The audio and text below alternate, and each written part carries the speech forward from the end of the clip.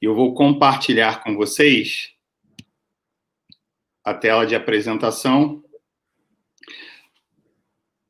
Antes de colocar somente a apresentação, vou botar a gente aparecendo aqui também, do ladinho, né?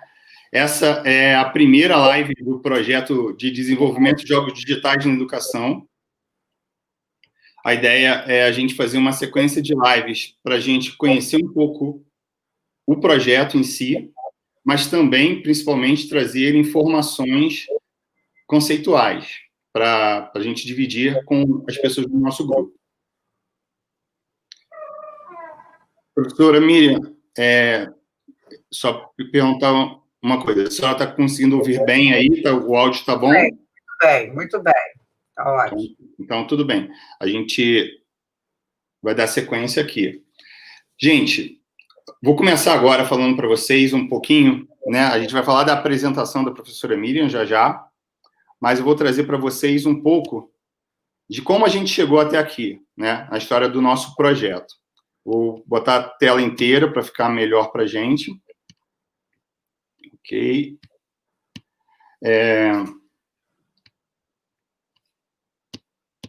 Vai, agora sim.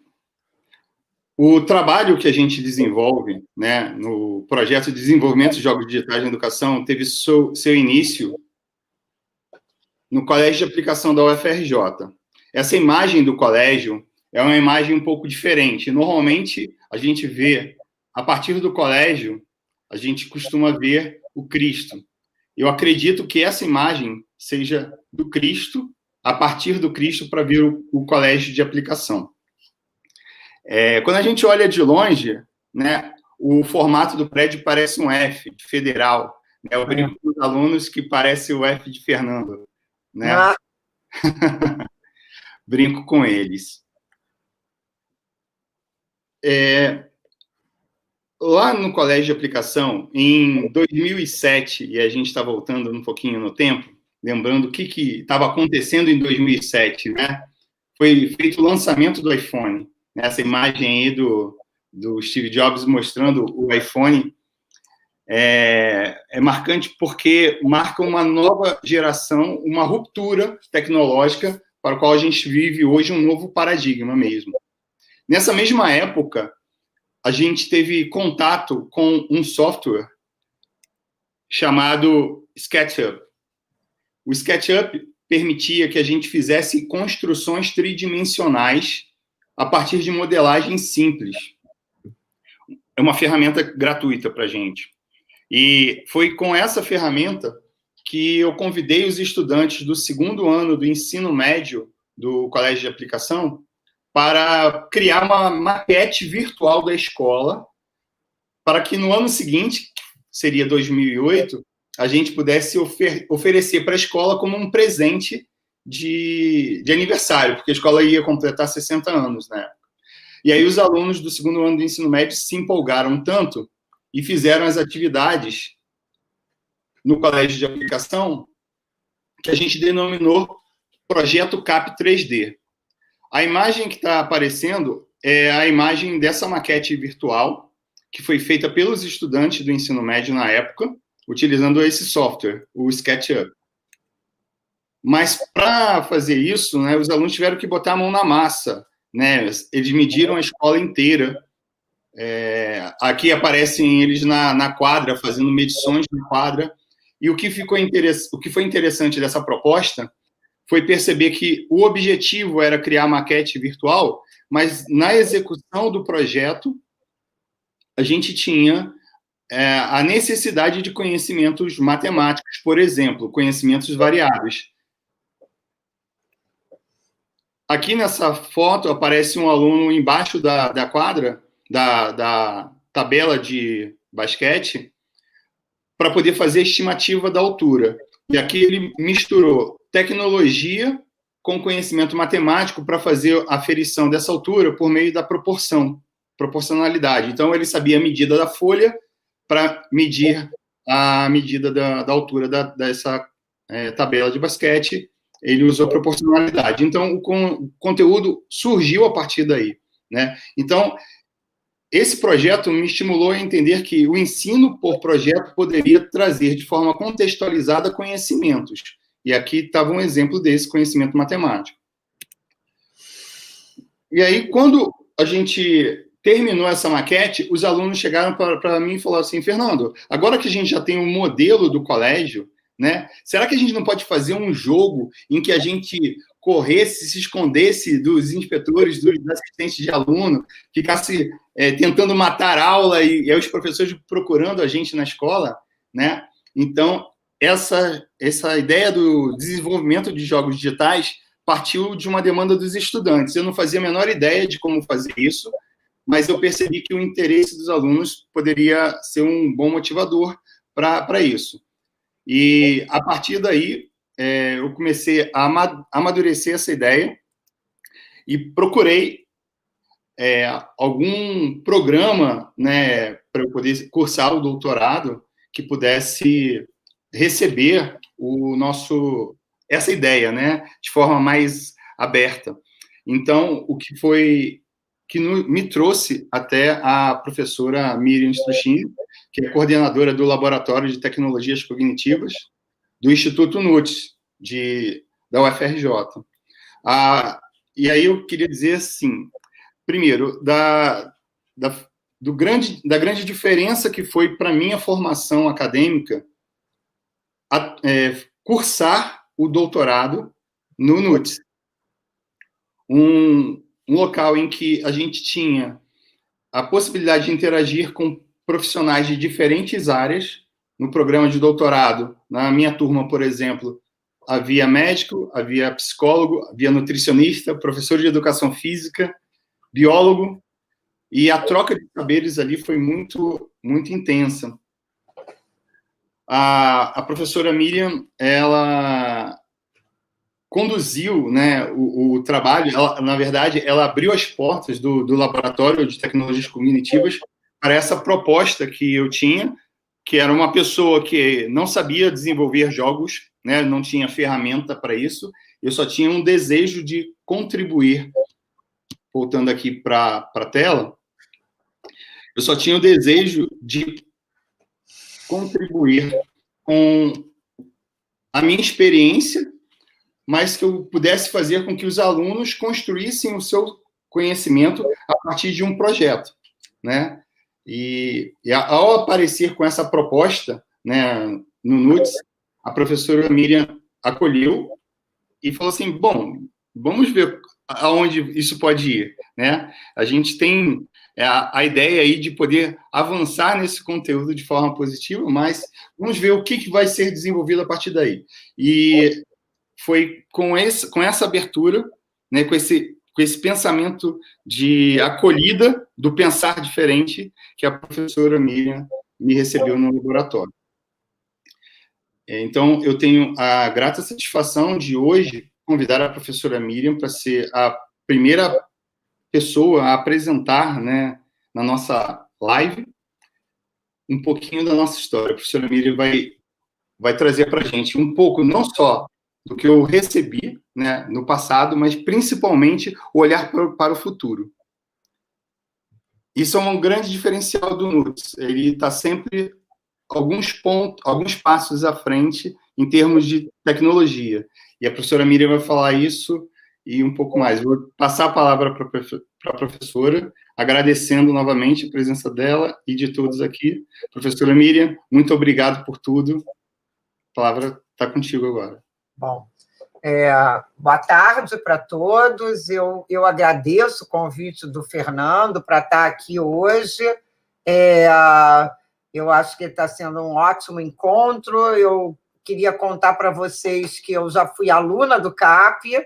Eu fui aluna quando eu era uma menina, né? Naquele tempo a gente entrava para o ginásio, para o CAP no ginásio, e eu fui, até os 17 anos, eu fui aluna do CAP.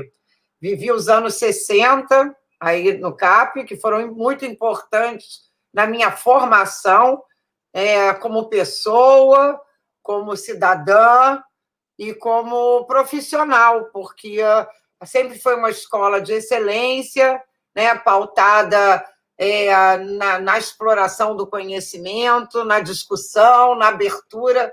Então, era uma escola que vivia em ebulição. Eu vivi uns anos de ebulição de ideias, de conceitos, de lutas, de muita resistência também. Então, eu adoro o CAP mora no fundo do coração. Eu acho que todos os alunos que passaram pelo CAP formam essa legião de apaixonados, né? Porque é uma escola muito marcante. Então, é muito bom estar aqui com vocês, primeiro por causa disso. Segundo, né, o Fernando falou sobre a chegada dele ao NUTES e a forma como eu abri a porta. Eu acho que a maior diferença que eu acho que a gente tinha, na verdade, ela dizia respeito ao fato de que a gente não tem tanta afinidade com o ensino da matemática no NUTES. E eu não tinha afinidade nenhuma, né? Mas, em relação a colocar os alunos para desenvolver o material, colocar os alunos no centro do processo de ensino-aprendizagem, pensar a tecnologia a favor de mudanças no ensino, né, de como é que a gente poderia trocar papéis, subverter a ordem do modelo tradicional, eu acho que essa sempre foi assim, o eixo central das nossas preocupações, né, desde que eu criei, né, que eu desenvolvi o primeiro projeto dentro do laboratório. Primeiro, de trabalhar em parceria com professores de diferentes áreas de ensino de ciências e saúde, e, segundo, pensar em novas formas, em novas oportunidades, né, de trazer os alunos para dentro do processo, não como receptores, não a partir de uma visão bancária da educação, né, como diz o Paulo Freire, daquelas que você abre a cabeça do indivíduo, cospe conteúdo e esse indivíduo só usa esse conteúdo principalmente para responder avaliações, né? Então, a gente sempre teve essa preocupação. Como é que a tecnologia pode ajudar a subverter essa ordem, né? Então, eu acho que a gente vai conversar um pouco sobre isso, né? Eu acho que eu nunca fui tanto chamada ultimamente para falar sobre tecnologia, a gente está num momento em que esse tema entrou na ordem do dia, né?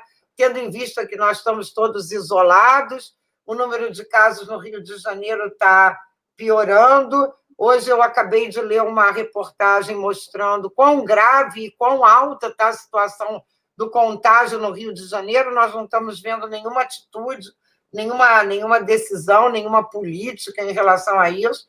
Então, a gente está vivendo um caos educacional, a gente está vivendo um caos sanitário, que não é só nosso, né? É uma pandemia mundial, mas que numa sociedade tão fragilizada como está a nossa, ela se torna um caso muito grave, né?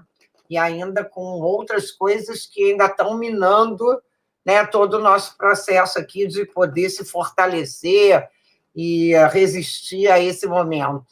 Então, vamos conversar um pouco sobre essa questão das tecnologias e eu vou fazer da seguinte maneira, eu já conversei com o Fernando, eu trouxe uma apresentação. A apresentação é longa, mas eu posso dar vários ritmos a ela, né? E eu gosto muito de diálogo. Então, eu vou, de tempos em tempos, eu vou parar, voltar para a gente ver se tem alguma questão para a gente explorar e depois a gente vai dando continuidade ao tema, ok? Então... Obrigado, professor. Então, eu vou compartilhar aqui, né, já a apresentação. A sua tela já está compartilhada para ajuste, enquanto vai mudando. A gente já tem a equipe do projeto aqui, está representada, tem o professor Jackson Lopes, o professor André Silva, a professora Rita Meirelles, professor Luiz, professor Guilherme, Carla, Pedro Augusto, Marcos Monte, bastante gente aí já aqui. Professora, a sua tela... matemática, qual é a configuração? Aqui, majoritariamente, dos professores que estão aqui, que deram o oi para a gente no chat, são de matemática, né, por enquanto. Ok. Mas posso compartilhar, então? Já está compartilhando. Não, é porque Não sei se está aparecendo para ti, mas se você der o Alt Tab e botar no PowerPoint, vai aparecer. Já está. Vocês já estão. Já estão vendo. Tá. Então, eu vou reproduzir do início. Nós demos esse título, né, porque a gente achou que eram conceitos importantes e que nós queremos trabalhar com esses conceitos e, de alguma maneira, nós vamos introduzir algumas questões. É claro que não dá para ir aprofundando, mas a gente pode depois, se vocês quiserem referências, etc., eu posso compartilhar com vocês. Olha aí, já estou usando o termo compartilhamento aqui. Bom, só para vocês terem uma ideia do que é o meu laboratório, né? A gente desenvolve, planeja, implementa processos, recursos, ambientes educativos mediados pelas TICs. Desde 95, foi quando eu inaugurei o laboratório. É uma equipe multidisciplinar, a gente trabalha com pessoas, como o Fernando falou, de diferentes áreas, os nossos estudantes de graduação que vêm fazer suas iniciações científicas, iniciação e extensão também são da área de informática, da área médica, das licenciaturas, que costumam estar com a gente, né? E a nossa área, nossos campos de pesquisa, eles são no ensino de graduação, mais na área de biociências e saúde, na formação continuada de profissionais de saúde, na formação em ferramentas de apoio ao trabalho docente para integração das TICs em práticas de ensino e extensão, e na temática da saúde na escola, né? São na escola, no ensino fundamental e médio, na escola básica em geral. Eu coloquei aqui embaixo, eu acrescentei essas coisas que estão acontecendo agora, porque a gente tinha alguns projetos, a gente nunca trabalhou à distância, né, com os nossos parceiros ou com os nossos sujeitos de pesquisa, né? A gente sempre trabalha com as tecnologias educacionais, né, principalmente as tecnologias digitais, mas pela primeira vez, por conta da gente já estar com algumas ações, muitas vezes até por demanda dos professores, a gente fez algumas transposições nesse momento agora da pandemia. Então, por exemplo, eu tenho feito muitas rodas de conversa sobre ensino remoto emergencial, tanto na UFRJ, eu tive a oportunidade de estar, assim, eu brinco que eu disse, olha, ontem eu estava no CCJE, que é o Centro de Ciências Jurídicas e Econômicas. Na semana passada eu estive no Instituto de Biologia, estive também em Macaé, estive na Faculdade de Medicina com 150 professores, foi uma coisa inédita, quer dizer, o quanto esse tema tem mobilizado as pessoas, né, e para poder discutir, saber o que fazer.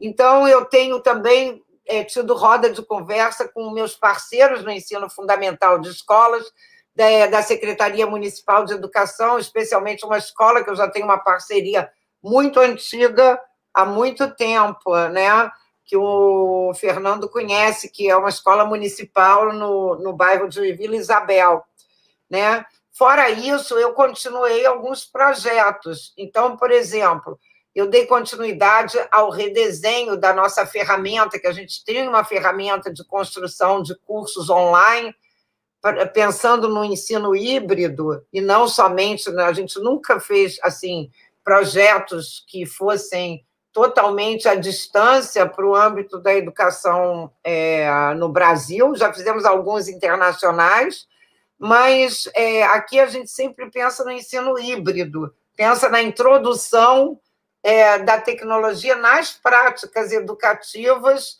no cotidiano da escola, né? Essa é a nossa questão principal. Então, nós demos continuidade a esse desenho da Construtori 2.0, espero que em algum momento a gente consiga viabilizar para a universidade.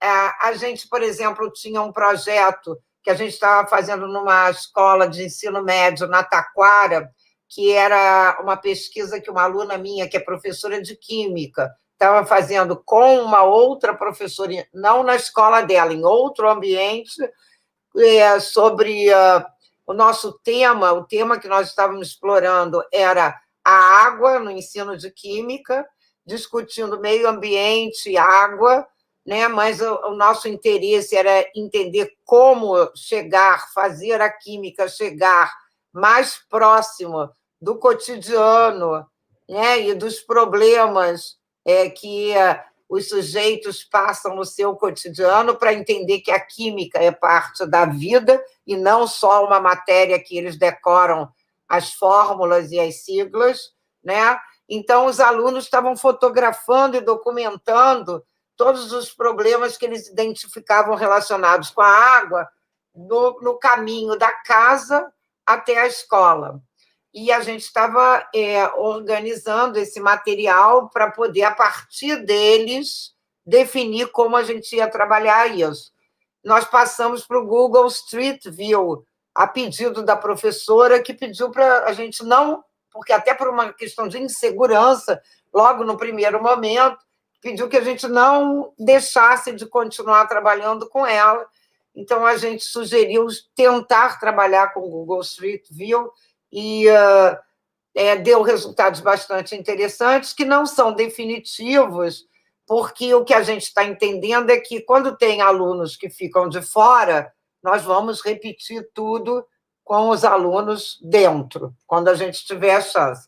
Mas, de qualquer jeito, já está sendo um ótimo piloto e uma ótima experiência, tanto para integrar melhor a gente com o professor, a gente com os estudantes, o grupo de estudantes que está participando, porque não está a turma toda, e a gente com a professora, porque essa é a natureza do nosso trabalho. A gente tem como princípio fundamental trabalhar no cotidiano da escola. As nossas pesquisas, elas não são uma coisa que a gente se afasta do cotidiano para estudar em termos de um trabalho quase experimental ou em termos de um trabalho de laboratório. A gente quer trabalhar dentro da sala de aula com os professores a partir dos problemas que eles colocam sobre a prática deles. Um outro projeto que nós estamos desenvolvendo com uma escola municipal, era um projeto... Oi? Só para aproveitar, para deixar marcado, esse projeto que você citou, do Google Street View, ele está ocorrendo nesse momento, as pessoas estão fazendo a exploração a partir do Street View, para identificar problemas da área. Algumas pessoas, 2 ou 3 alunos já tinham trazido fotografias, mas o resto da turma não. Então, a gente falou, bom, como é que a gente vai resolver esse problema agora, né? Aí eu sugeri até, vamos trabalhar com o Google Street View, que eles podem ir mapeando o caminho até a escola e ampliando as fotos e identificando problemas, né? Porque passa rio perto, eles têm problema de esgoto aberto, eles têm outros problemas que ficam aparentes, né? Naquela região. E eles fizeram isso, nós conseguimos construir um mapa muito bonito a partir do Google Street View, com vários caminhos até chegar à escola e com os problemas identificados e discutidos pelos alunos. E demos continuidade às atividades. Depois, se vocês quiserem, eu posso contar mais, porque é surpreendente a participação dos alunos, embora não seja com o grupo todo, porque vocês sabem que não está tendo adesão total por vários motivos, né? Por falta, por exclusão digital, como é que chama? Exclusão digital, por outros problemas, que às vezes a pessoa só tem um equipamento dentro de uma casa, não tem chance, e mesmo por um certo descolamento, desligamento da escola. Quer dizer, eu acho que a problemática que não inclui todos, ela vai da falta de acesso ao equipamento, que é apenas uma barreira. Há outras barreiras que são as mesmas que levam esses meninos a ficarem completamente alienados dentro da sala de aula, que eu vou para a sala de aula e eu sei que tem meninos que são totalmente alienados dentro da própria sala de aula. Então, tem tudo isso, né? Pelas questões sociais, pela falta de interesse que a escola possibilita, por uma opção de questões que são complexas e que a gente pode aprofundar depois, mas senão não sai desses slides, né? O Web Rádio, o Web Rádio, né, era um projeto também que a gente já tinha, ficamos parados 5 meses, a gente ia entrar esse ano na sala de aula, já estava com os professores mobilizados, a ideia era que os programas seriam irradiados todos na hora do recreio, ia ter um site para as pessoas, para os alunos participarem. Ele ficou imobilizado durante um tempo e, a partir de um mês atrás, a gente retomou a pedido da coordenadora pedagógica. Nós já temos professores que já aderiram ao projeto para trabalhar online, e nós estamos, então, discutindo agora as ferramentas e os temas gerais para poder envolver os alunos, para eles participarem, escolhendo o que eles vão fazer junto com a gente, né? Então, trabalhar colaborativamente e a gente construir essa rádio, que vai ser a rádio da escola na pandemia, né?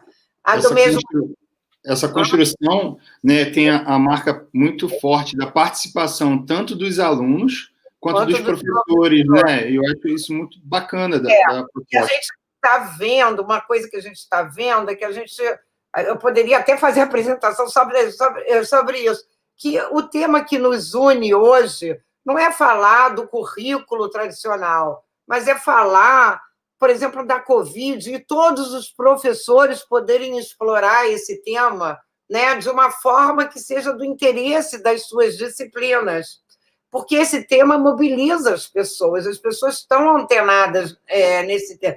Qualquer pessoa está sendo afetada por essa situação.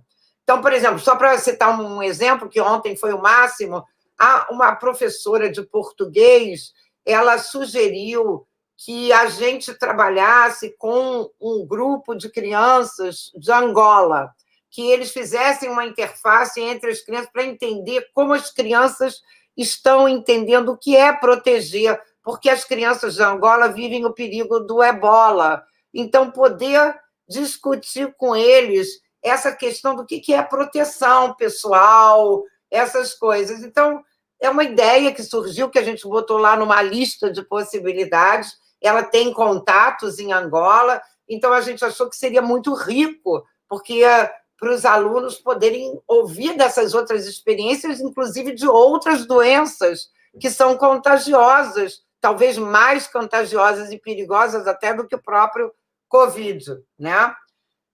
O outro trabalho com RPG, que é um trabalho sobre doação de sangue, é uma continuidade de uma linha de trabalho que vem se desenvolvendo desde o CAP, por isso que eu perguntei se era todo mundo, porque a professora Carla, de Biologia, que trabalhou a primeira versão desse projeto com a gente, daí do CAP, né?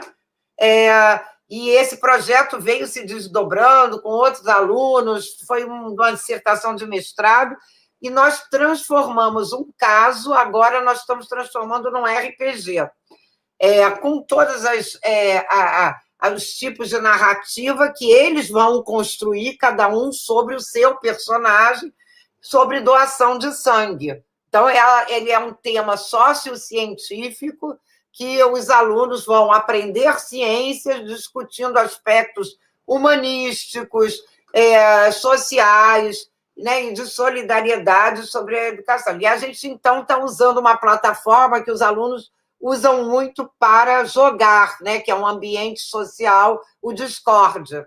Tá? Bom, então eu vou passar adiante, porque esse não é o nosso tema, só que nós estamos vivendo muitos desafios e a gente está conseguindo continuar sabendo das limitações, prontos para repetir, mas ganhando experiência e cooperando nesse momento da maneira que a gente pode, né, para, vamos dizer, a gente dar continuidade às atividades.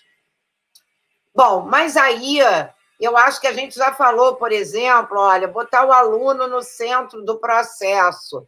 A gente fala sobre as tecnologias. Então, nós temos um patamar.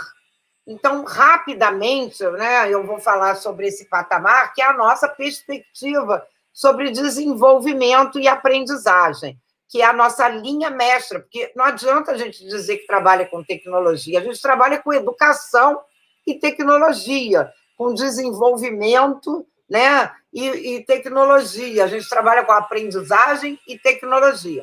Para o Vygotsky, a aprendizagem é desenvolvimento humano, né? Então, é quase como se fosse assim, a mesma coisa, é como ele representa a aprendizagem, é o desenvolvimento humano, né? Então, ele parte de uma perspectiva histórico-cultural, eu acho que muitos de vocês já conhecem o Vygotsky, a base dele é o marxismo, né? Ele se preocupou em construir... Gente, agora começou uma serra elétrica aqui, vocês desculpem, que eu não sei se vocês estão ouvindo, no vizinho.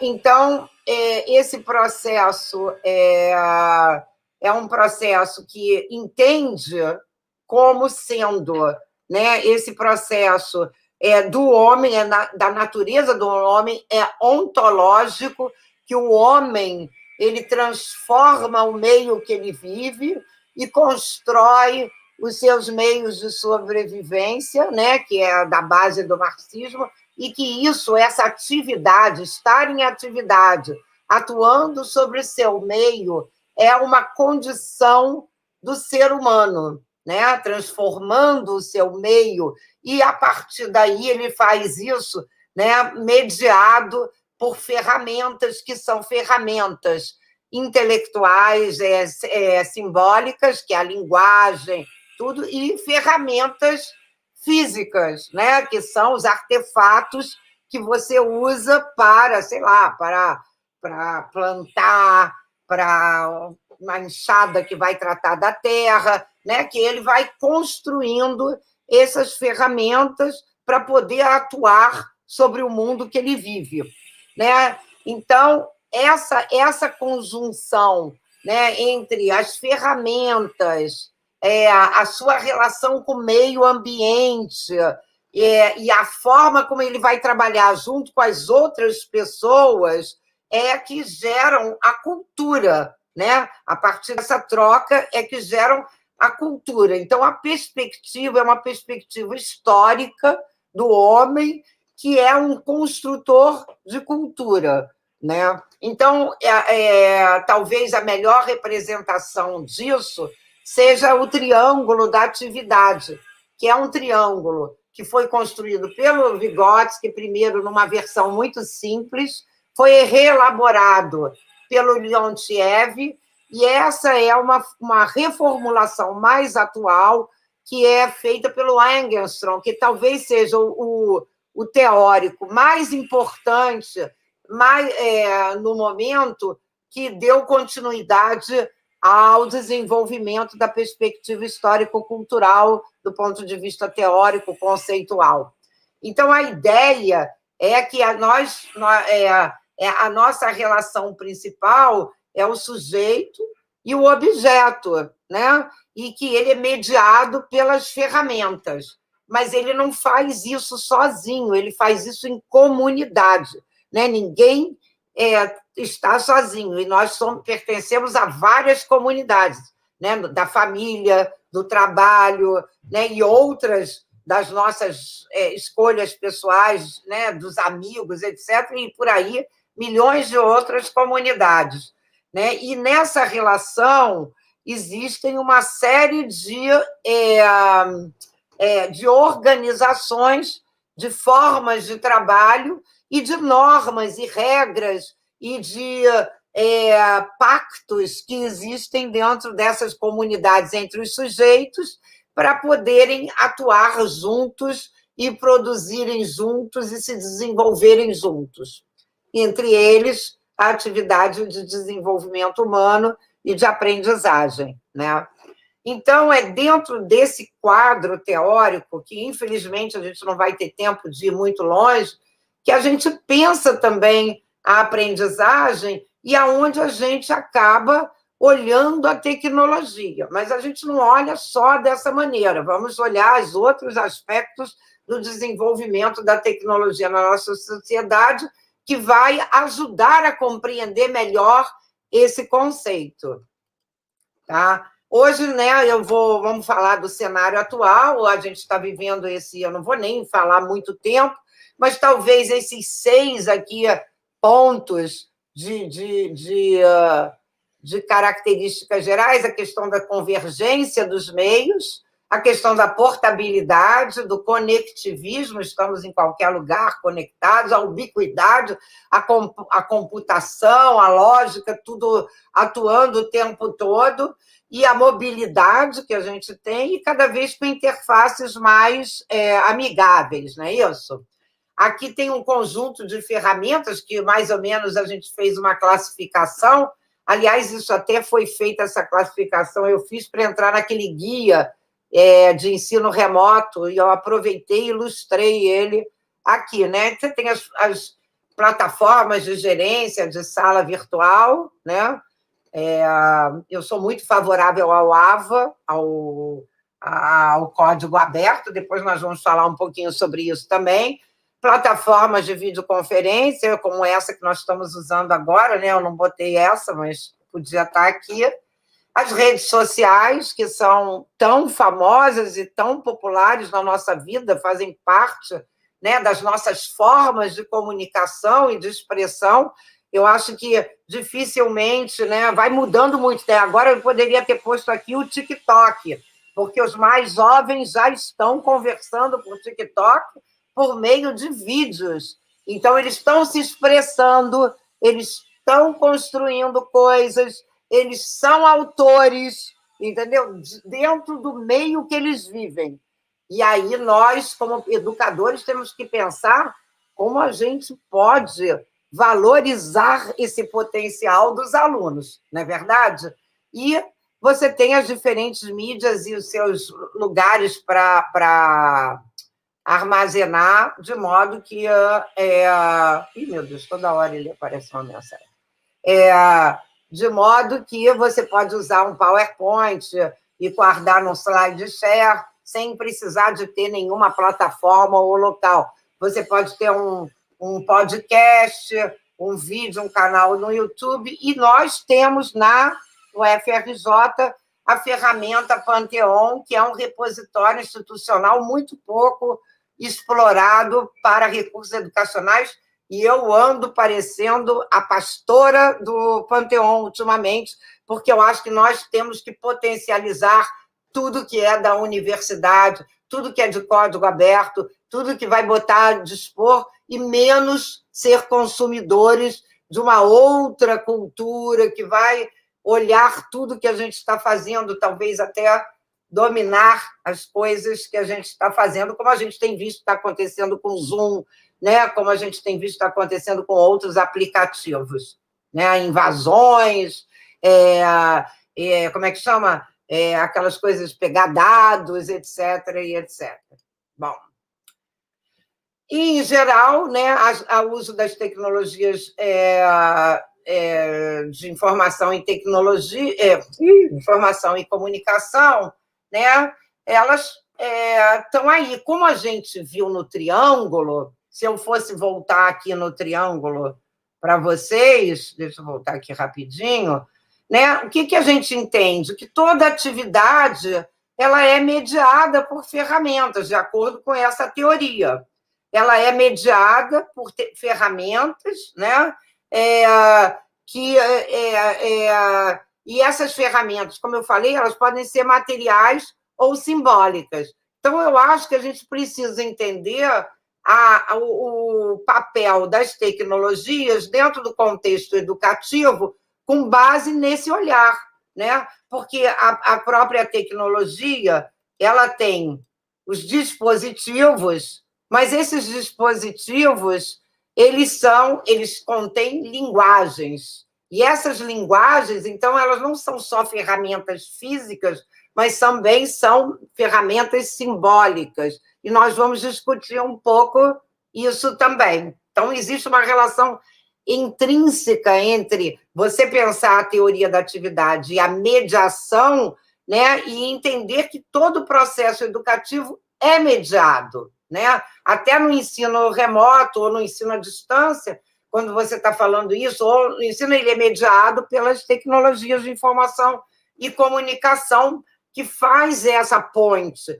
mas ele depende de uma mediação. Se você está na sala de aula, você acaba sendo, né, o professor numa sala de aula tradicional, acaba sendo o principal mediador do acesso ao conteúdo, né, das interações dialógicas entre os sujeitos, da colaboração, potencializando o grupo, etc. Então, tudo isso, né, no meu entendimento, as tecnologias digitais que oferecem linguagens e dispositivos, elas também podem produzir e oferecer essas, vamos dizer, essas condições. É por isso que a gente fala que hoje, com o desenvolvimento tecnológico, o papel do professor muda, né? Porque o aluno tem mais acesso à informação.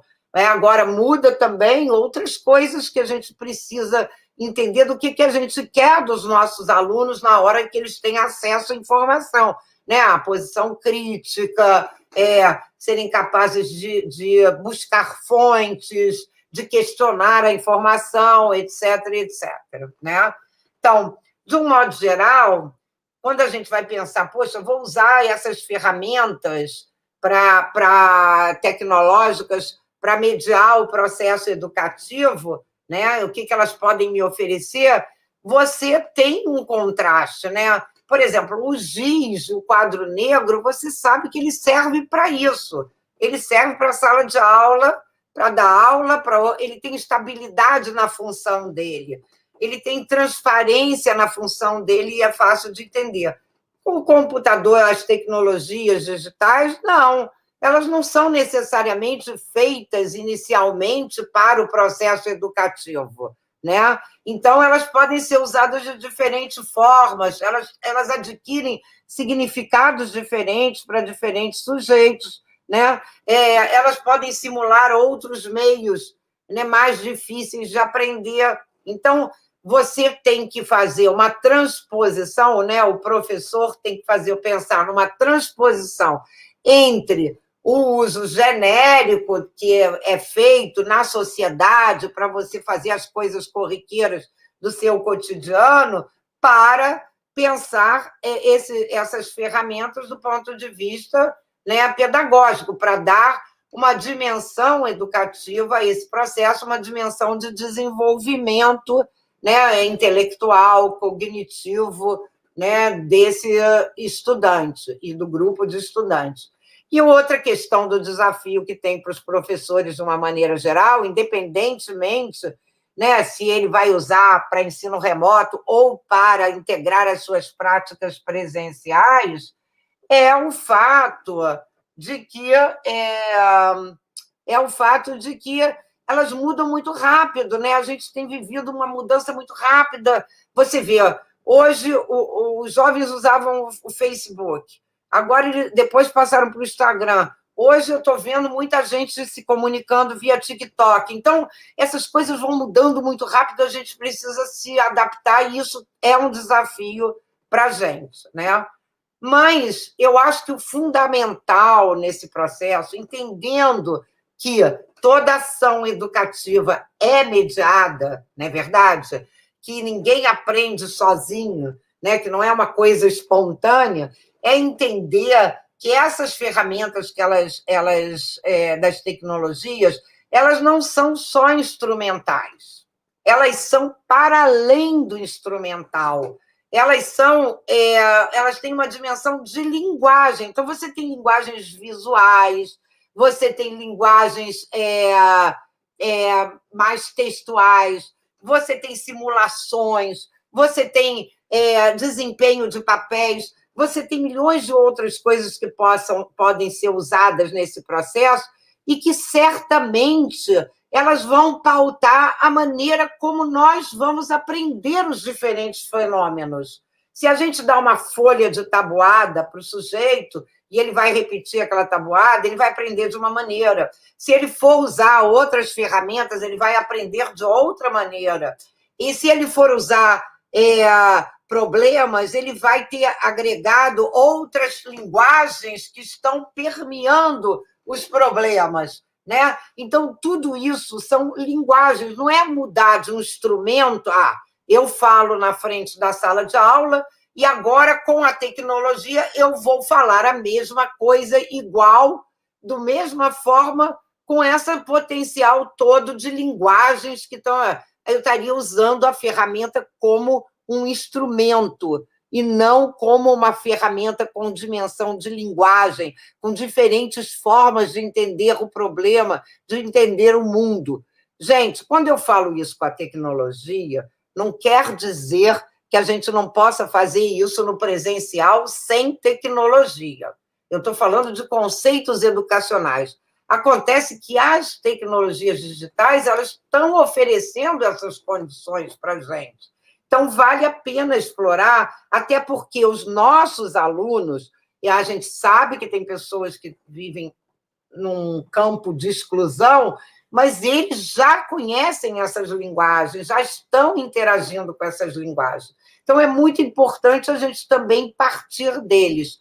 Eu gosto muito do conceito do Wert, que trabalha com essa ideia de que a ação mediada, que todo ato educativo é uma ação mediada, e ele trabalha na perspectiva da teoria da atividade, ele é um vigotskiano, um americano, foi ele que levou os primeiros livros do Vygotsky, do russo para o inglês, né, para os Estados Unidos, mas também o Bruno Latour, porque o Bruno Latour, com a teoria de rede, de ator-rede, ele mostra como é que a nossa pesquisa, as ferramentas que a gente usa para a pesquisa, principalmente como ele estudou a vida de laboratórios, né? Laboratórios de pesquisa, como as pessoas, os materiais, os textos que ele usa, os objetos, os sujeitos da pesquisa, tudo isso vai ser determinante para a construção do conhecimento. Se a gente muda, cada um tem o seu papel e a sua linguagem e vai determinar a forma como nós entendemos os fenômenos. Então, essa questão é fundamental, é não achar que a gente entra num laboratório e a gente usa aquelas ferramentas, a gente vai obter determinados resultados, mas que nós não temos influência sobre os resultados, que os materiais que a gente usa não têm, eles têm muita influência. Entendeu? Então, é isso. Eu vou dar uma parada aqui, antes de entrar para a próxima, para ver se a gente tem alguma coisa para discutir. Tá? Professora, estou acompanhando aqui no chat para ver se a gente tem alguma pergunta, mas tem uma questão que eu acho que é muito bacana, né? Você falou que o computador tem a característica de ser uma ferramenta que pode servir a tem múltiplas possibilidades, né?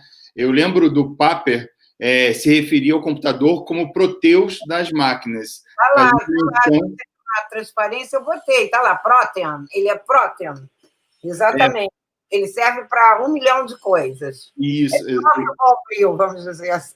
Exatamente. E como essa visão do computador como essa ferramenta múltipla, né, acabou me lembrando ao Papert, né, o Papert também traz a questão do construcionismo, né, que é a perspectiva em que o estudante ele constrói, e à medida que ele constrói algo, ele está desenvolvendo internamente no intelecto dele, mas, ao mesmo tempo, algo material que possa ser compartilhado com as pessoas, né? E essa é uma referência muito importante no trabalho que a gente utiliza hoje no nosso projeto, né? O trabalho do Papert é uma referência muito importante, né? Então, o construcionismo, né? Quer dizer, a linha construcionista, ela é muito interessante e muito abraçada nessa perspectiva de quando o indivíduo, desde a perspectiva da tartaruga, né? Quando ele fez o logo, de que você não aprende do computador, você aprende com o computador, ensinando o computador. Então, essa ideia é central, né, todo o aspecto do construcionismo, porque você está ensinando a máquina e não a máquina que está te ensinando, né?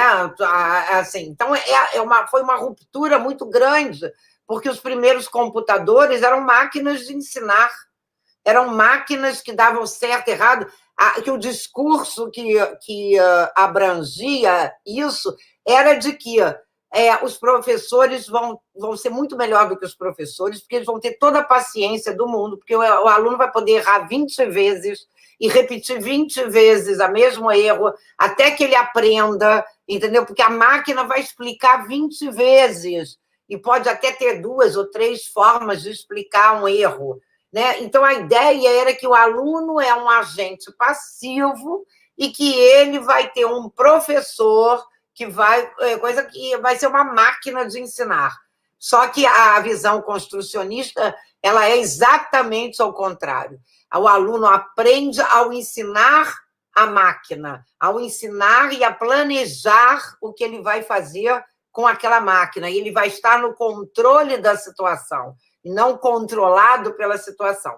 A principal diferença a principal não, que é assim, eles brigam a beça, tem milhões de discussões filosóficas e epistemológicas disso, entre a corrente histórico-cultural, é que existe esse conceito, primeiro, que isso daqui vamos dizer, que a gênese humana não são aqueles substratos piagetianos que vêm no código genético, como o Piaget falou, porque estão relacionados com o construcionismo, com o cognitivismo, né?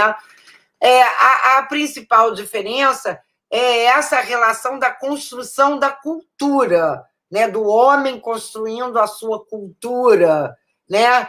Para viver, sobreviver, para viver em comunidade. É esse que é a raiz do marxismo mesmo. E, junto com isso, a questão de que ninguém aprende sozinho. Eu acabei esquecendo, naquela tela, falei da zona de desenvolvimento proximal, que eu não cheguei a falar, que é um conceito importantíssimo para o Vygotsky, né? Que é esse conceito de que você tem um conhecimento real, que é da tua experiência, da tua vida, e um conhecimento proximal, que é aquele que você vai poder desenvolver, né? Se você vai poder transformar em conhecimento real, se você tiver alguém ou alguém com quem compartilhar para poder avançar. Então, a questão da comunidade, da aprendizagem social, é que é o foco do Vygotsky, né? Do viver em social, do viver em comunidade, que é um pouco diferente da abordagem construcionista, embora eles também falem em aprendizagem social, seja um componente essencial, porque ninguém pode achar que o homem vive isolado no mundo. Mas o social está na gênese da característica do desenvolvimento humano, enquanto que, para os piagetianos, a gente nasce com, vamos dizer, algumas coisas já no código genético que vão possibilitar que a gente se desenvolva. E o Vygotsky diz que não, que a gente só nasce com coisas basais, mínimas, mas que a gente só vai construir. E ele tem milhões de experiências, né, com pessoas em lugares isolados, que viviam na floresta com os bichos, e mostrando como é que o social é que determina o desenvolvimento das pessoas. Então, professora, fazendo um link a partir daí, a gente está, né, tem essa questão do social sendo importante ou quase determinante para a formação das pessoas, né, dos jovens. Como que se percebe academicamente, teoricamente, hoje, essa construção em rede, né, a partir da web, que nos permite esse compartilhamento de informações de muitos para muitos, né? De que forma isso está sendo revisitado, porque possivelmente os conceitos, né, originalmente apresentados pelo Vygotsky não tinham essa plataforma da internet, é uma plataforma digital, né, mas isso, certamente, hoje a gente tem outros olhares. Como que isso está sendo visto, tratado? Então, vamos continuar a apresentação, que eu acho que eu vou responder algumas questões com a apresentação. Você vai compartilhar? Opa, vou sim, já estou compartilhando aqui.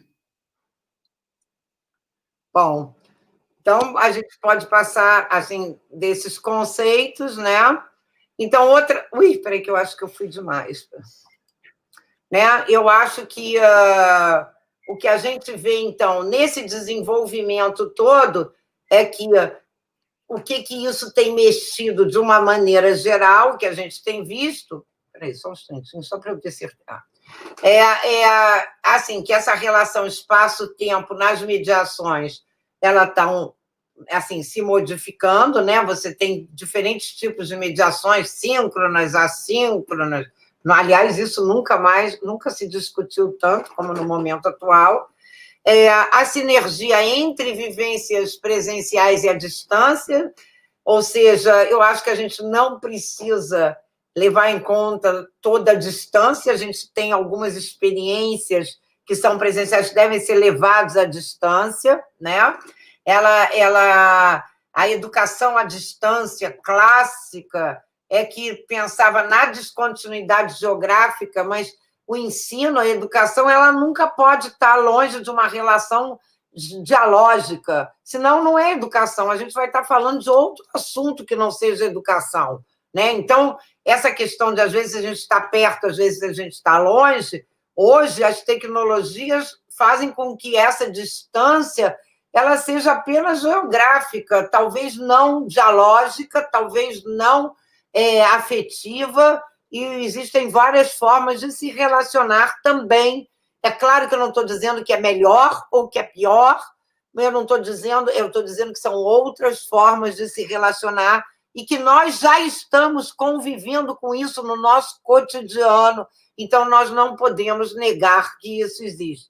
Essa questão que eu já falei da convergência de linguagens e formas de expressão, e hoje a gente não pode pensar em usuários, a gente tem que pensar em produusuários. Né? Esse termo é um termo que a Lucila Santaella, que é uma teórica da educação, principalmente da comunicação, mas que tem vários trabalhos na área de educação, se você pegar os jovens de comunidade, da periferia, tudo, você vai ver quantas manifestações na web, quantas celebridades são seguidas, quantas pessoas até mudaram de vida, né, por conta da forma como ele produz. Os meninos produzem, os nossos alunos estão produzindo lá com seus celularzinhos muito pobres.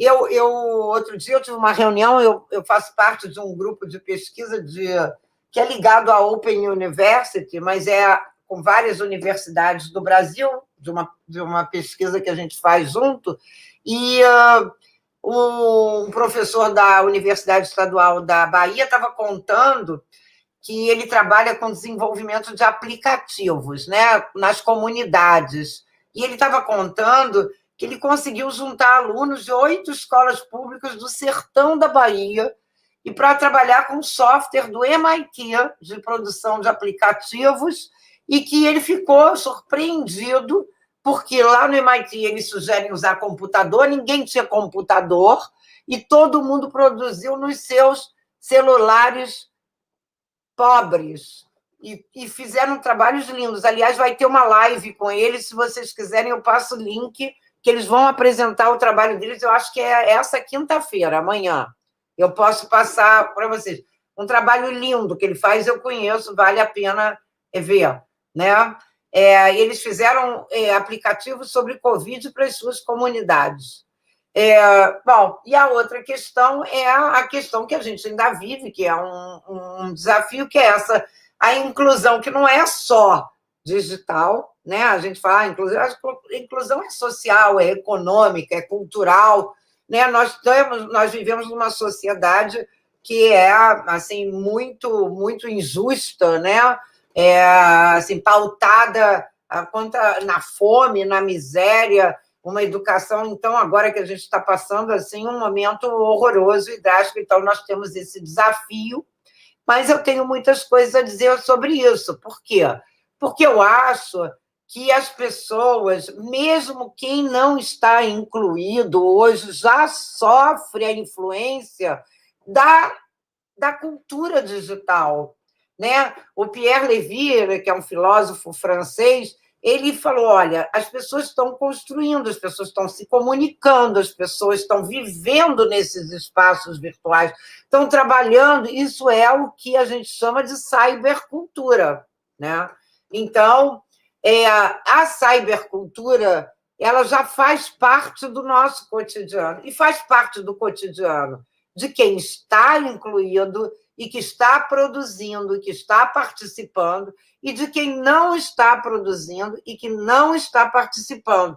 Então, nós precisamos de pensar a escola também nesse contexto, né? Eu acho que isso é fundamental, porque é uma oportunidade de inclusão, né? Eu não estou dizendo de uma maneira geral, quando a gente está indo para a escola todo dia, é uma oportunidade de inclusão, é uma oportunidade também da gente repensar o ensino para incorporar a linguagem das pessoas, né? Quer dizer, a cultura digital já influencia a educação, mas a educação também pode estar presente e se fazer presente na cultura digital a partir das construções que são feitas em cooperação com os alunos nesse processo. Eu costumo dizer que as pessoas, eu ando em escolas municipais, né, que as pessoas, que os alunos são invisíveis, que eles são invisíveis, porque o que eles fazem e o que eles são bons não é valorizado na escola, não é, a gente não parte de onde eles estão.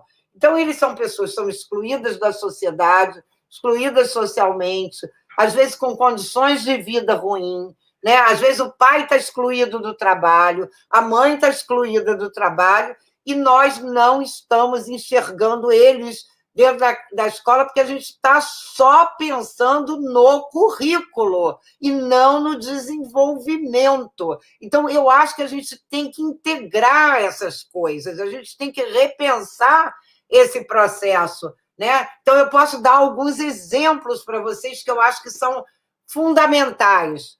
Eu tenho... Os alunos da escola têm um laptopzinho portátil que eles usam na escola, né? Então, eu fui com uma professora italiana que estava visitando o meu laboratório, eu levei ela na escola, no dia que tinha a mostra pedagógica da escola. Então, me convidaram e eu fui lá com ela. Quando eu cheguei lá, as crianças ficaram loucas de ver que tinha uma gringa lá, né? E aí queriam conversar, trocar ideias, saber da vida dela, parecia um formigueiro em volta dela, ela também trabalha com educação, né? Com tecnologias, então foi ótimo. Aí eles falavam inglês não, eles falavam em português, eu traduzia para o inglês, dava para ela. Ela respondia, eu traduzia em português. Lá pelas tantas, o menino pegou o laptopzinho, isso já tem alguns anos, abriu o Google Translator e começou a conversar diretamente com ela. Todos me abandonaram e foram atrás dele, sentaram com eles, e pergunta isso, aí botava lá e ela respondia para eles, aí digitando, e eles puderam conversar sozinhos, com autonomia, entendeu?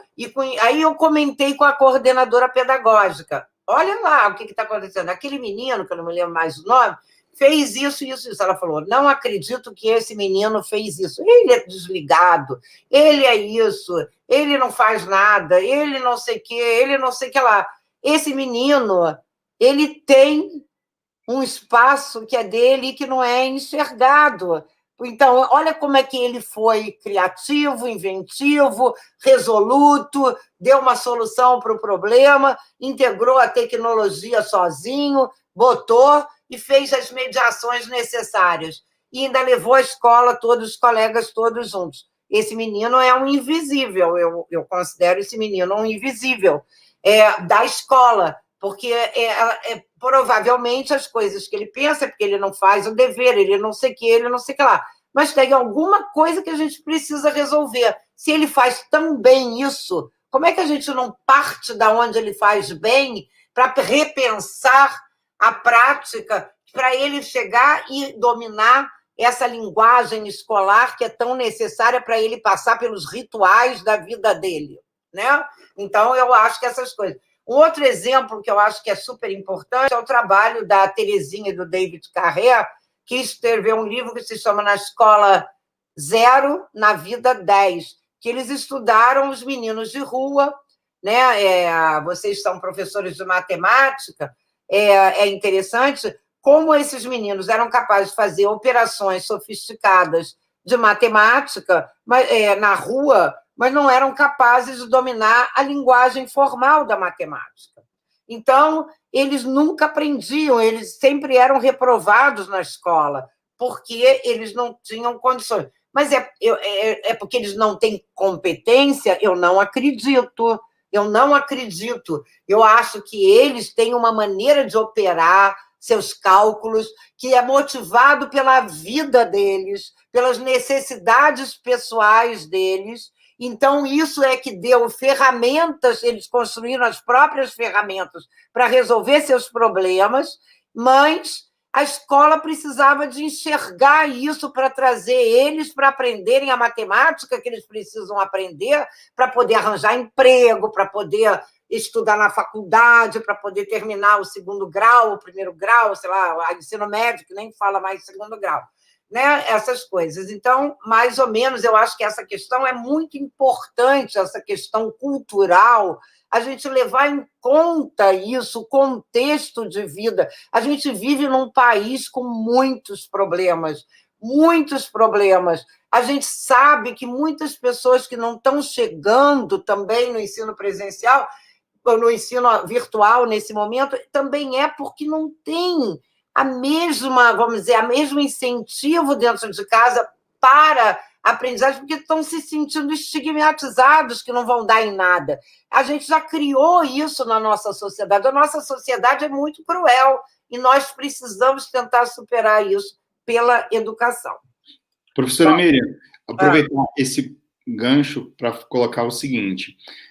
Ontem a gente teve uma reunião no nosso grupo e a gente estava discutindo justamente o quanto, às vezes, a escola não aproveita o que o jovem tem. Então, a fala de uma das participantes do nosso grupo falou que o irmão dela sabia fazer vídeos, fazer animações, fazer jogos de forma muito bem, né? Ele fazia com muita desenvoltura, só que a mesma habilidade dele não era aproveitada na escola, então ele se sentia desestimulado de atuar na escola, né?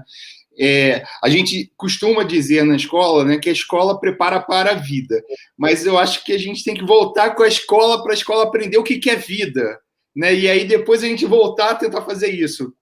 A gente está tão preso a conteúdo, tão preso a currículo, a gente não enxerga essas pessoas.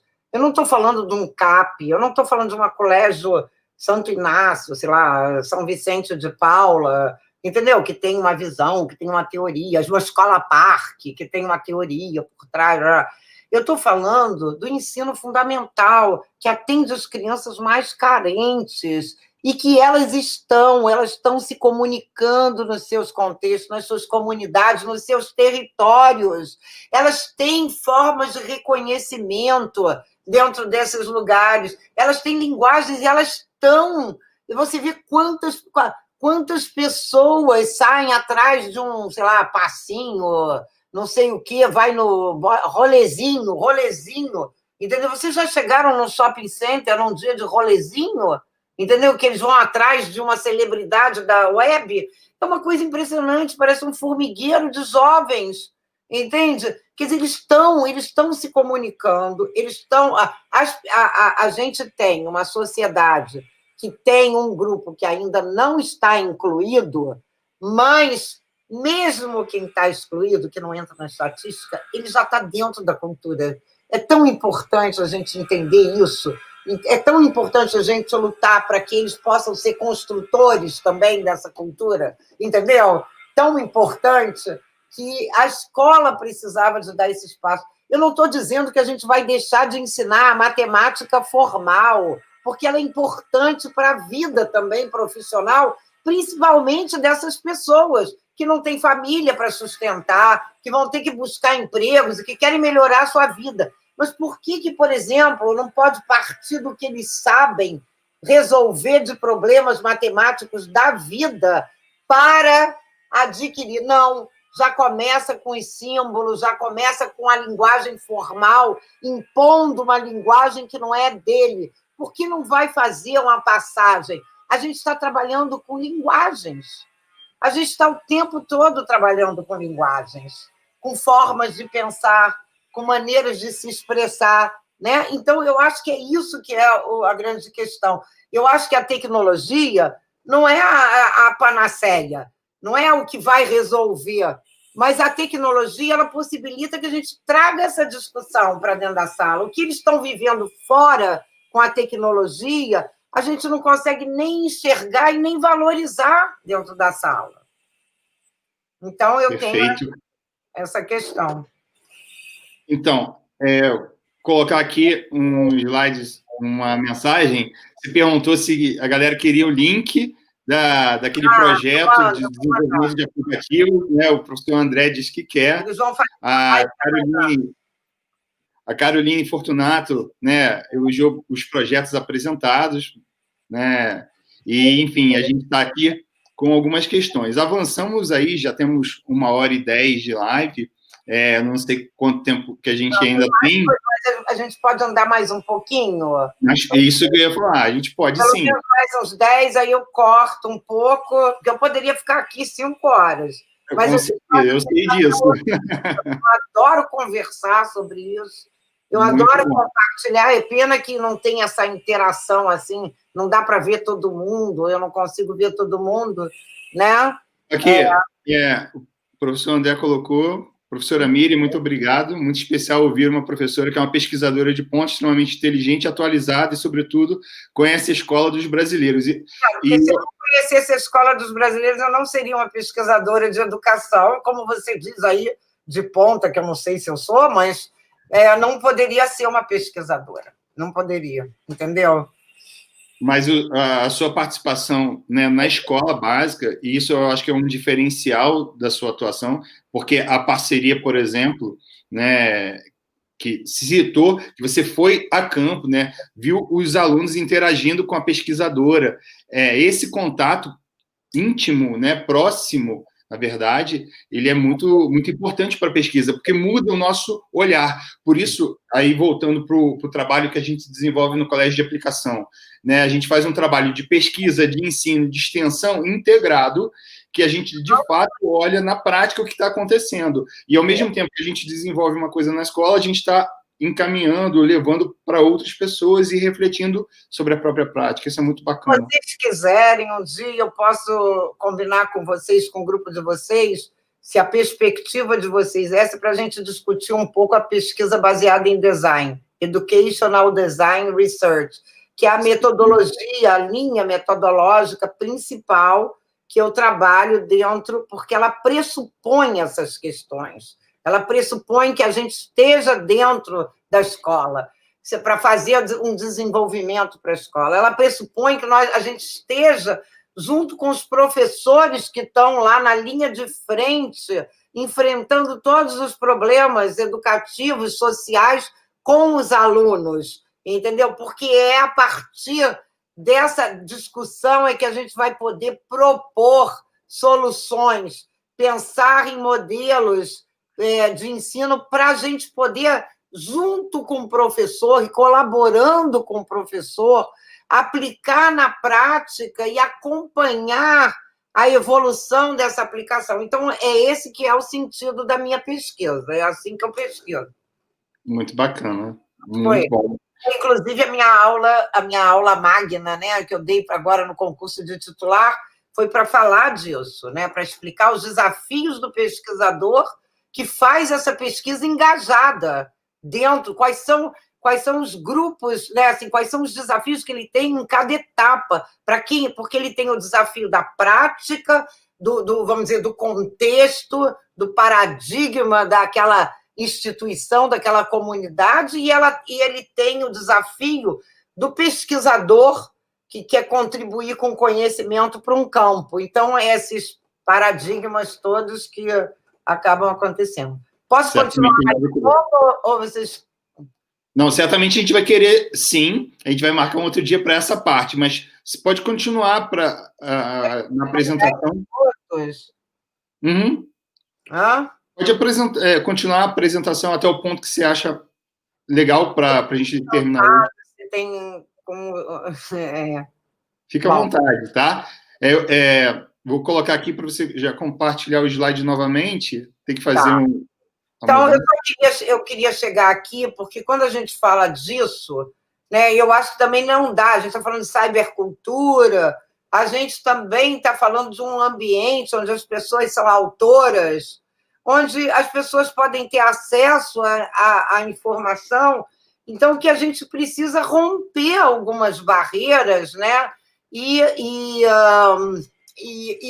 pensar, né, também numa ciência aberta, né, pensar, né, que a gente pode ter acesso aberto às informações, que a gente pode ter revisão de pares abertos, que os recursos educacionais podem estar disponíveis para a pessoa utilizar, reutilizar, adaptar ao seu contexto, né? Então, hoje em dia, agora com a Covid, a gente viu como a ciência, de um determinado momento, pelo desconhecimento da sociedade sobre essa doença, né? Há um pouco conhecimento, como as coisas, a gente via artigos antes de terem os pareceres, estava tudo sendo compartilhado. Agora está começando a fechar por causa da vacina, né? Porque aí até o Sputnik já está em Guerra Fria. Então, estamos voltando àquela guerra. Mas a ideia de que tudo que está na rede pudesse ser aberto para a gente usar, reusar, compartilhar, né? Reaproveitar, a ideia de software livre, de código aberto, de licenças que permitem a utilização, de domínio público, a ideia de poder acessar repositórios, isso leva a gente a pensar num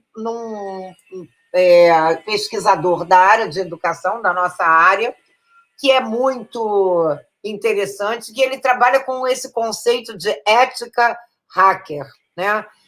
Mas não é no mau sentido hacker, nem no sentido do plágio, nem no sentido da invasão, nem da maldade que a gente está vendo aí acontecer, né?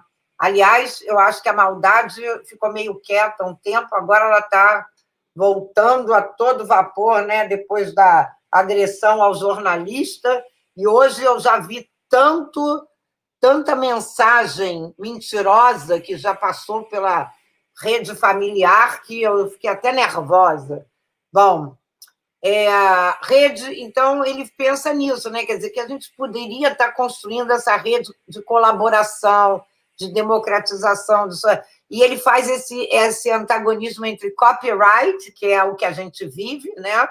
E copyleft. Eu não sei se vocês repararam, todas as imagens que eu usei aqui, eu coloquei a fonte, e todas as imagens que, se eu não pudesse usar, eu não estaria usando.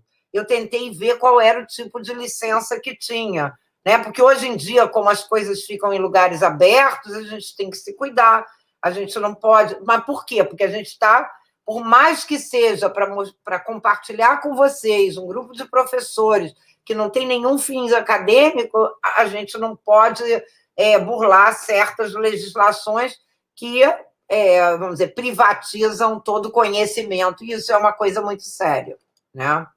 Bom, mas aí, o que a gente pode pensar dentro desse universo, né? Eu acho que talvez agora a gente comece a se aproximar mais da tentativa da resposta ao Fernando, que é esse conceito de web currículo. O conceito de web currículo, né, da Beth Almeida, que é uma professora da PUC, de São Paulo, ela construiu para dizer assim, olha, não dá para a gente chegar e dizer que vai pensar nesse contexto cultural, nessa sociedade tão assim que as pessoas estão autorando, estão construindo as suas páginas, estão dando identidade aos seus perfis na rede, estão usando diferentes linguagens e tudo, e a gente pensar que o currículo vai ser o mesmo. A gente tem que repensar esse currículo, né? Então, ela fala, olha só, o web currículo, ele se fundamenta nessa integração, né, do currículo que a gente vai ensinar, dos conteúdos escolares, etc., das tecnologias digitais e dessa cultura, que é uma cultura que o cara não é passivo, né? Então, que leva em conta, né, assim, que ele traz consigo uma concepção de currículo crítica, interacional, reconstrutiva, uma ação interdisciplinar. Não dá para você entender um fenômeno só por uma disciplina, impulsionada pela ubiquidade. Então, ela fala, olha, esses são os indicadores do web currículo. Tem uns que eu botei em vermelho porque eu queria enfatizar. Mas está aqui, olha, a ubiquidade, a interação social, a colaboração, o engajamento, né, na construção de projetos, de soluções, o compartilhamento das informações, dos conhecimentos e das práticas, a participação ativa, a ideia de multiletramentos. Você não precisa representar o conhecimento só pela escrita, só pela oralidade, você tem outras formas. Você pode construir vídeos, os alunos podem representar esse conhecimento de diferentes formas e de múltiplas formas, né? Enriquecendo, porque cada linguagem ela dá uma dimensão ao conhecimento, né? Ela ajuda a manifestar diferentes aspectos do conhecimento. Ontem eu fiz uma roda de conversa com os professores do CCJE, mas estava presente também a presidente e o vice-presidente da Duferj. Eu já fiz uma discussão na Duferj também, que foi muito legal. E o vice-presidente da Duferj, que é agora eu esqueci, Ricardo, né, da física, Ricardo, ele comentou que ele nunca tinha parado para pensar que a física podia ser visual, podia ter informação visual, que ele sempre pensava na física de uma forma empírica e verbal, conceitual. Mas ele nunca pensou que poderia ser visual. E que agora que ele estava tendo que resolver a disciplina dele de graduação, é que ele estava descobrindo o quanto era importante a visualização de certos conceitos em física. Então, você vê como é que as coisas o multiletramento é importante, né? Nesse contexto atual das tecnologias convergidas para um dispositivo só, né? A ideia de que a gente aprende em contexto, que o contexto ele é fundamental, né? O contexto onde um fenômeno está sendo apresentado, ele também vai pautar aquele contexto. A possibilidade de autoria, a ideia de conhecimento que não acaba, que a aprendizagem é espiral, que a gente sempre está retomando para diferentes níveis de sofisticação na medida em que a gente vai aprendendo e se familiarizando, né, que ele vai se articulando, a importância de articular o teórico e o prático, né, entendendo essa relação também com o próprio contexto, né, que o contexto é um contexto de aplicação, de articulação entre o que você aprende teoricamente e a prática. E tudo isso se resume em pensar que a gente precisa, então, mudar as nossas metodologias que valorizem esses conceitos, né? E é o que a gente chama de metodologias ativas, né? Que o indivíduo deixa de ser passivo. Então, a ideia de que também a gente possa construir, né? Assim, dentro daquela visão como é que chama? De teoria da atividade, né? Que a gente tem um objeto comum e que as motivações, mesmo que a gente esteja presente na aprendizagem por diferentes motivos, a gente tem motivações e necessidades diferentes, a gente tem que construir com a nossa turma esse objeto comum, que é assim, a descoberta do conhecimento, a construção do conhecimento, a potencialização, né, dos interesses, das necessidades das pessoas, né? E isso daí a gente consegue se a gente conseguir realmente construir comunidades de aprendizagem e de práticas educativas, tanto entre nós, professores, né, e como de práticas educativas. Isso também seria um tema interessante de ir mais além, né? Existem vários estudos, existe uma autora que eu sou assim muito apaixonada, que é a Jean Lave, que ela é eu acho até que ela é física ou bióloga, não me lembro, mas que ela fez um trabalho antropológico discutindo essa aprendizagem em comunidades. E ela estudou diferentes comunidades, mostrando como é que as pessoas, elas não só estão numa comunidade só daquele conhecimento, mas elas adquirem modelos, hábitos, constroem uma cultura daquela comunidade, da forma de funcionamento, que é uma coisa que possibilita que outras pessoas se aproximem e que elas venham a vivenciar esse processo também, continuamente. Entendeu?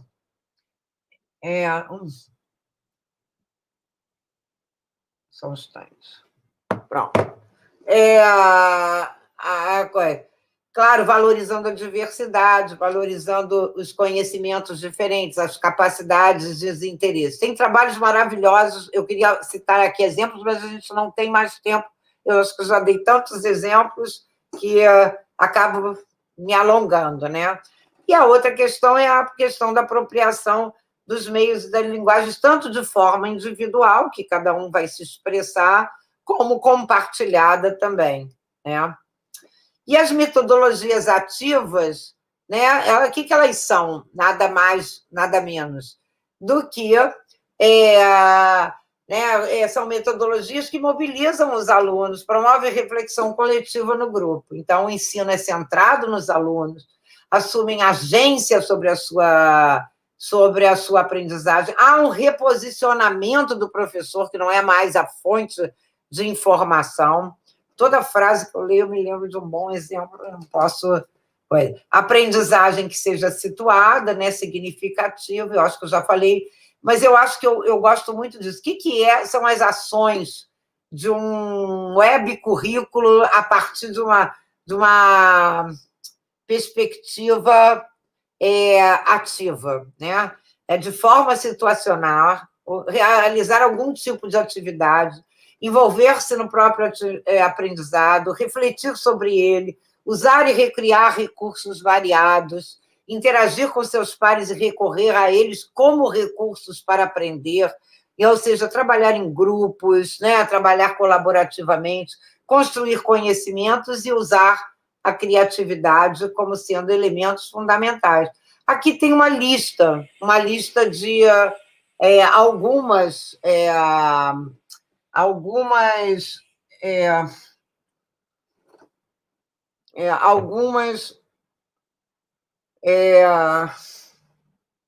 dessas, entendeu? Algumas dessas metodologias eu também poderia exemplificar. Eu trouxe exemplos, mas eu acho que eu vou passar para a próxima, tá? De gamificação, experiências com narrativas digitais, com uso de filmes e narrativas, portfólio reflexivo, algumas atividades que a gente fez numa escola municipal, onde os alunos construíram, ajudaram a gente a construir software, jogos, atividades, fizemos um jornal, todos os professores trabalharam com a gente integradamente, né? Todas as disciplinas tiveram a sua participação, né? Por exemplo, aqui, matemática, como é que a gente lê gráfico, como é que a gente calcula o IMC, como é que a gente... Os alunos, um colaborando com o outro, trabalhando, tá vendo? Debates que a gente fazia para escolher temas e eles votavam e depois a gente... E esse é o meu grupo de pesquisa, são as pessoas que me alimentam, né? Eu usei esse slide como final defesa do meu memorial, e eu acho que essas palavras são super importantes, né? Nossas palavras não são nossas apenas, elas nascem, vivem e morrem na fronteira do nosso mundo e do mundo alheio. Elas só se iluminam no poderoso pano de fundo das 1000 vozes que nos rodeiam. Então, meus alunos, minha equipe de trabalho, os contextos com os professores, que a gente está aqui tem fotos com o coordenador da escola, com feiras, com mostras, com atividades de formação e tudo, são essas as coisas que me alimentam. Aqui, olha, aniversário da escola, aqui com os professores e tudo, são essas atividades que me alimentam, entendeu? E com essas vozes é que eu trabalho, ninguém faz nada sozinho. Eu acho que é um exemplo do construtivismo social, histórico-social, a minha trajetória, que você chamou lá de ponta, né? Ela é de ponta por causa dessas pessoas todas aqui, que estão aqui envolvidas comigo, alunos, técnicos da universidade, professores da escola básica, professores universitários e tudo. É isso. E, finalmente, last but not least, né? A gente precisa de fazer o melhor que a gente pode. É a nossa responsabilidade. Professora, eu vou mostrar um comentário da Caroline Fortunato, que ela expressa um pouquinho do sentimento que a gente tem também, né? Live edificante. Realmente é muito bacana para a gente. Tudo que você passou. Obrigada, Caroline. E eu vou também trazer aqui um comentário do João Braga. Ele coloca que em programação o erro é algo muito valorizado, até procurado. Na escola não vemos isso com tanta naturalidade, né? Como encarar a avaliação e o erro na aprendizagem online? Então, eu acho que isso não é só na aprendizagem online, é na escola em geral, né? Piaget falava muito sobre o erro, né? De você poder buscar, você poder se avaliar, entender. Na programação é maravilhoso, eu sei, eu já passei muitas noites dormindo e acordava de madrugada, porque eu descobria onde é que estava o bug do meu programa, porque eu sou do tempo jurássico, né? Eu sou do Basic, eu sou do Pascal, e passava a noite, eu não estou conseguindo, eu não sei se é lógica, eu não sei se é sintaxe, e de repente, de madrugada, eu acordava, ia para o computador direto, resolvia, porque é importante para a gente pensar. Mas a escola trabalha com avaliação, com o desempenho, com essas coisas, com esses elementos, e cada dia mais as escolas estão sendo bombardeadas por isso. A minha vivência no ensino fundamental tem mostrado que os professores mal têm tempo de trabalhar, de criar com eles. Mal têm tempo de criar, entendeu? Por quê? Porque eles estão bombardeados pelas apostilas que precisa dar certo, porque as escolas estão sendo financiadas aqui no Rio de Janeiro, mais ou menos, de acordo com a notinha que eles têm na Prova Brasil, né? Então, os recursos vêm, então existe essa preocupação, são apostilas horríveis, materiais horríveis, só existe a possibilidade do aluno acertar, não existe a possibilidade dele aprender. Então, a gente tem vivido essa cultura de uma avaliação, né, de comparar a gente com PISAs, com outros contextos culturais que não tem nada a ver com a problemática real que a gente vive, que são verdadeiros absurdos para o crescimento, para o desenvolvimento, entendeu? Seria muito mais interessante botar o aluno para pensar nos erros, para poder pensar nessas coisas, do que você poder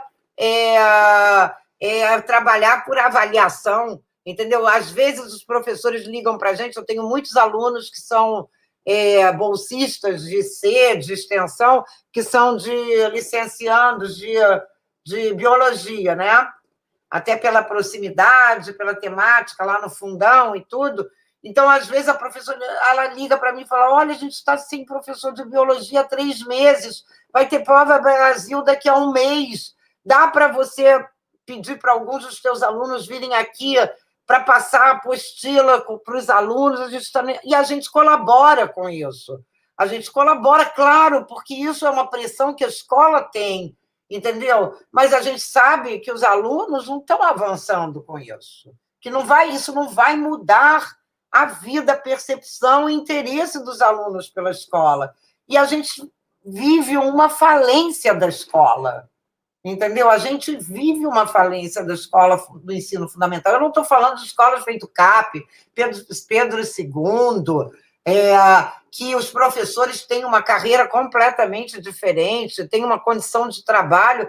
É impressionante. Vocês talvez já tenham tido experiências no ensino fundamental e saibam como é a vida de um professor, né, que tem 2 matrículas, aí para poder complementar o salário tem que ter uma matrícula em Caxias, porque aí vai de noite ensinar no EJA, entendeu? A gente sabe que a realidade é essa, entendeu? É muito difícil, sem contar as condições sociais da nossa sociedade, as discriminações que estão cada vez piores, entendeu? Que a gente vem sendo abatido por um regime totalitário. Não dá nem para falar os nomes, que eu não vou falar aqui. Mas sou antifascista. Eu sou antifascista. Pode avisar o Bolsonaro que eu sou. Professora, eu vou pegar um gancho na pergunta do João, né, da questão da valorização do erro, né, para dizer o seguinte: a gente está assumindo, né, na escola que o importante é o resultado e não o processo. Quando tanto no fazer científico, como na aprendizagem da humanidade, o processo de tentativa e erro é valorizado. Então, se a gente quiser resgatar realmente um papel correto da educação para a vida, o erro tem que fazer parte desse processo de forma natural, né? Quando a gente trabalha com jogos digitais, o aluno erra e ele vai lá e dá o continue, faz de novo, até ele conseguir executar o que precisa. E quando os alunos estão criando os próprios jogos, eles costumam fazer os jogos cada vez mais difíceis, cheios de fase, porque eles querem que os colegas errem ali, tenham dificuldade, né? Então, acho que isso Todos nós erramos na nossa vida profissional, a gente nunca para de errar, e a gente está sempre aprendendo, a gente sabe que a gente não acaba, a gente não vai... E também a noção de certo e errado também é uma noção complexa. Você pode ter algumas coisas que é errado porque você vê que ele está seguindo uma linha de raciocínio errado, mas tem outras coisas que não, que comportam várias soluções, mas a escola só consegue ver uma. Então, tem várias coisas que precisam ser. A história precisa ser melhor contada, né? Não é à toa que existe o samba da Mangueira, né? Que teve o samba da Mangueira, que falou, temos que contar a história, porque a história nunca foi bem contada. A história do Brasil, a história da escravidão, a história da descoberta do Brasil nunca foi bem contada. A República nunca foi bem contada. Ela já é contada errada para o interesse de alguém. Olha como é que são as coisas. Eu estou recebendo aqui muitos elogios nos comentários, parabenizando a professora Miriam. Eu agradeço, eu tenho o maior prazer de conversar. Eu tenho pena que eu não estou vendo todo mundo. O Zoom tem um lado mais gostoso, que eu acho que é mais acolhedor, né? Para quando você está com as pessoas, você pode ver as pessoas podem fazer a pergunta, fica mais aconchegante, não fica tanta distância, né? Sim, a gente poderia... É uma possibilidade. Professora, eu queria deixar uma pergunta, né, que, na verdade, me move, e, a partir de tudo da sua fala, me leva a avaliar o papel da universidade, de uma universidade aberta, em que, por exemplo, com a possibilidade de compartilhamento de conhecimentos em rede, se de fato a gente precisa ter um acesso à universidade que se dê por meio do Enem ou do vestibular, ou o acesso do conhecimento da universidade poderia ser mais aberto.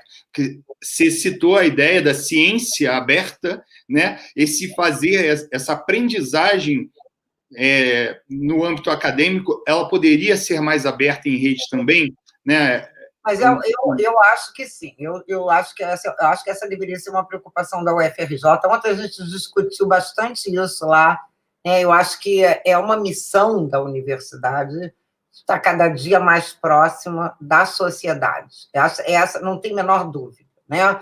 De poder estar contribuindo diretamente com o seu conhecimento para a sociedade, empoderando as pessoas, não é prescrevendo, empoderando, levando conhecimento. Só que a gente também não pode esquecer, Fernando, que a missão da universidade de formação e de inclusão, eu acho que a universidade, ela nunca foi tão importante como depois que tiveram as cotas raciais, depois que tiveram cotas para a escola pública, né? Depois que houve uma real inclusão, que a gente deixou de ser professor, eu sou há quase 30 anos professora da UFRJ, nós deixamos de ser professores só da elite da sociedade para ser professores de uma faixa maior que pode se incluir, entende, no mercado. E a gente tem essa importância. Por mais que a gente socialize conhecimento para melhorar a vida das pessoas, para as pessoas poderem galgar, a sociedade ainda demanda esse tipo de certificação para que as pessoas possam ter uma mobilidade social. E a gente precisa tentar igualar o acesso da melhor maneira possível, entendeu? Eu me sinto hoje uma pessoa muito mais realizada, trabalhando com pessoas que eu sei que entraram por ações afirmativas, do que por aquelas que tiveram na escola primária, no melhor ensino tradicional, que prepararam elas para irem para a universidade a vida toda. Eu acho que essas pessoas, inclusive, valorizam muito mais a universidade, o conhecimento, a possibilidade de pesquisa, entendeu? Muito mais, dão um valor que muitas vezes já se perdeu. Eu vejo do tempo que eu entrei para cá que existia um valor pelo conhecimento, pela curiosidade acadêmica, e eu vejo que essas pessoas que estão tendo a oportunidade, elas dão muito valor. Elas são... E o nosso papel na sociedade também mudou muito. Eu me sinto muito mais realizada com pessoas que têm, às vezes, até mais dificuldades e defasagens básicas, porque muitos têm muita dificuldade de escrever português. Todos os brasileiros têm dificuldade de escrever português, mas tem alguns que são quase analfabetos funcionais. Mas são pessoas que estão ralando para não ser. Eu fico tão encantada, eu tenho tanto prazer de ser professora dessas pessoas, de ver como eles estão tentando romper os limites que lhe impuseram, entendeu? É impressionante. É impressionante. Elisângela, obrigada. Elisângela, professora. Eu sou muito apaixonada pelo que eu faço. Eu sou muito apaixonada. Muito, muito. Eu acho que a gente chegou a esse momento, né, tendo concluído uma live aí quase 2 horas, mas com muita qualidade. Tenho certeza que muitos conceitos que foram apresentados aqui vão germinar na mente da equipe do projeto, né? Como eu disse, ao mesmo tempo que a gente revisita o passado da história do projeto, a gente está olhando para o futuro, porque a dinâmica, as ideias, os conceitos que a professora traz são, de fato, conceitos que estão para frente na educação, né? A ideia de ter uma ciência aberta, de ter uma universidade aberta, de você ter o compartilhamento da informação, é algo que a gente está, no nosso grupo mesmo, discutindo como que a gente pode fazer isso e levar isso para frente. Agora, meu projeto na pandemia, só para contar para vocês, logo que começou a pandemia, que suspenderam as aulas, eu falei com o diretor do NUT assim, gente, tudo bem, a gente não é da área da saúde, a gente não está na linha de frente tentando salvar a vida, mas a gente tem que dizer qual vai ser a nossa contribuição nesse período, né? Então, a gente dividiu o NUTS em 4 GTs, e eu fiquei responsável por um que era para pensar como a gente poderia construir repositórios de materiais de aprendizagem que poderiam servir para as escolas. Como a gente já desenvolveu muitas coisas com as próprias escolas, de repente, transformar esses materiais em produtos mais palpáveis que possam ser baixados, né, na internet, etc. Então, nós começamos a montar isso. Nós estamos fazendo um guia para isso, e nós descobrimos a Pantheon, que é um repositório da própria universidade. Então, a gente está dando força. Eu já entrei em contato com a Paula, do CIB, entendeu? Com tudo para a gente poder construir. Nós estamos fazendo esse guia, criamos uma interface do NUTES para esse site, está ficando maravilhoso. Então, o que a gente quer? Pegar o que as nossas iniciativas, às vezes numa tese, por exemplo, o Fernando construiu um jogo, a outra aluna fez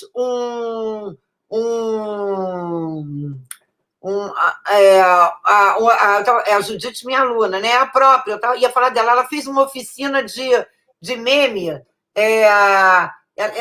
ela fez uma oficina de meme com os alunos no ensino fundamental da 8ª série, e eles usaram podcast, eles usaram vídeo, eles usaram memes, aí eles acabaram escolhendo meme como sendo que eles queriam fazer um trabalho, e nós fizemos uma pesquisa com eles com meme. Foi super interessante, que a gente viu que as referências deles são as referências da web, eles estão integrados naquela linguagem para representar coisas que são pessoais da vida deles, sobre como eles entendem que estão crescendo, como eles estão se desenvolvendo, coisas desse tipo. Eles usam referências de desenho animado, de filme que está em cartaz. Não sei nem se eles conhecem o filme, se eles conhecem o desenho animado, mas são os que estão viralizados na rede. Quer dizer, eles não estão tão excluídos assim. É isso que eu quero dizer, a cultura digital já está impregnada e influenciando.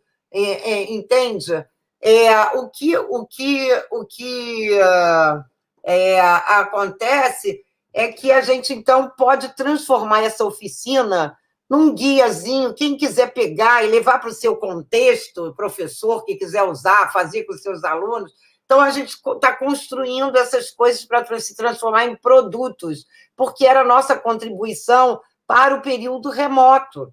E a gente queria, assim, vamos fazer para os professores terem, se eles quiserem baixar para usar com os alunos deles, eles podem baixar, coisas desse tipo. Então, a ideia do repositório foi crescendo assim, a gente está fazendo agora um guia, então a gente está trabalhando para caramba, curtindo assim, o que dá para curtir, sofrendo o que dá para sofrer e vivendo. Professora, muito obrigado. A gente vai encerrar agora com esse agradecimento e com a certeza de que vamos futuramente marcar uma próxima live com uma temática aí para a gente aprofundar os nossos estudos. E agradeço de todo o coração a equipe toda.